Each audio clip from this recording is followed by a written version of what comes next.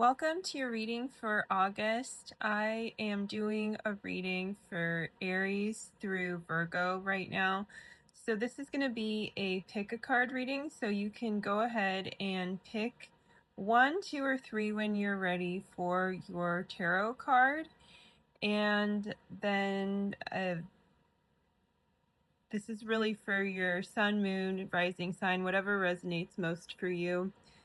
Really, you can go with your sun sign if you're not sure for these, because when I'm doing actual astrology, I like to use rising signs more. So I like to give everyone a chance who wants to really vibe with their sun sign. Because I know, I always recognized myself as a Capricorn growing up because I didn't know a lot of the ins and outs of astrology. I didn't even know I was a Gemini rising. So, I think that a lot of people can relate to that.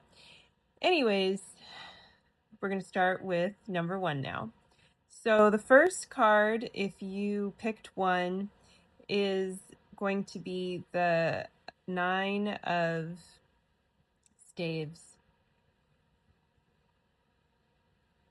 And it's upside down. And so basically, like, you're kind of holding on to what you wanted, and you kind of got it, over summer. Something might have been illuminated with this full moon in Aquarius that happened just before August.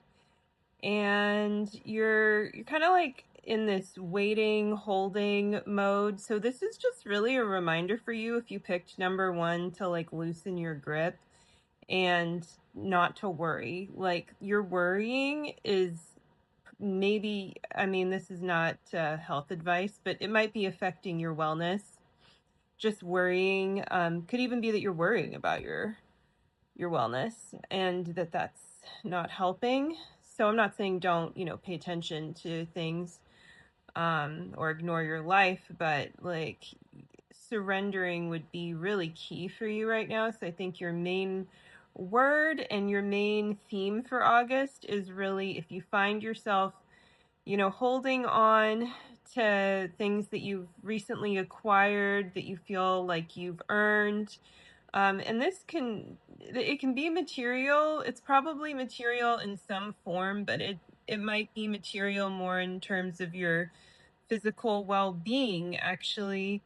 It could also be finances. It could be a loved one, your twin flame.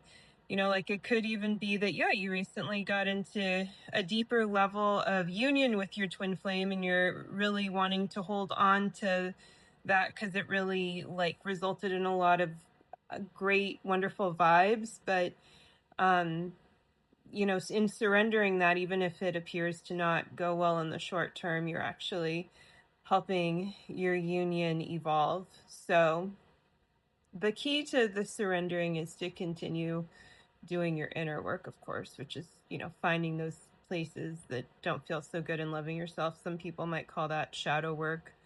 I tend to use the mirror exercise. So card number two, if you picked number two, is going to be the Four of Cups. So the Four of Cups reversed, actually. So what I'm picking up on for you is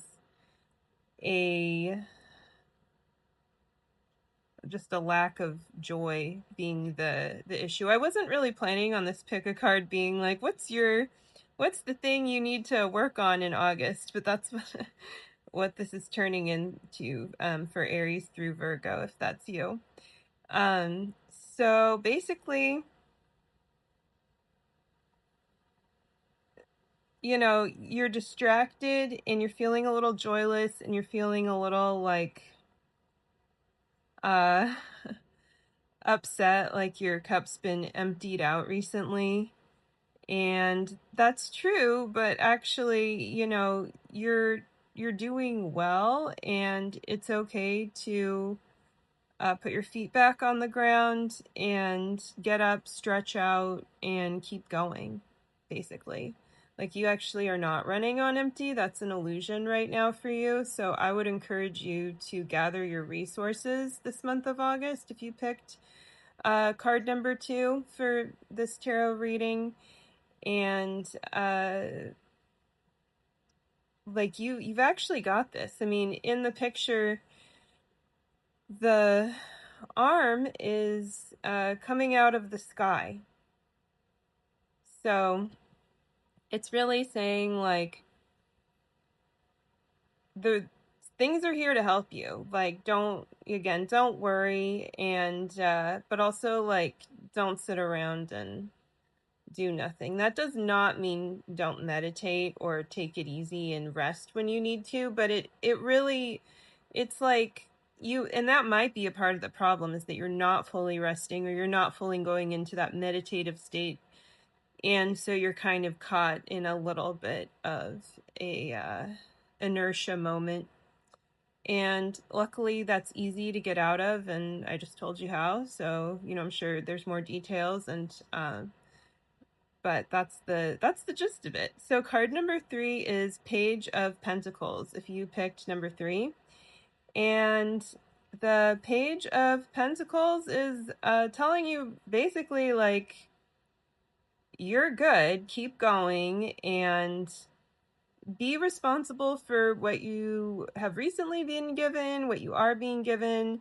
This looks more material to me because it's Pentacles, although it could be wellness related. I feel that this is more on the side of stuff, whether that be finances, monetary things of monetary value, or related valuables.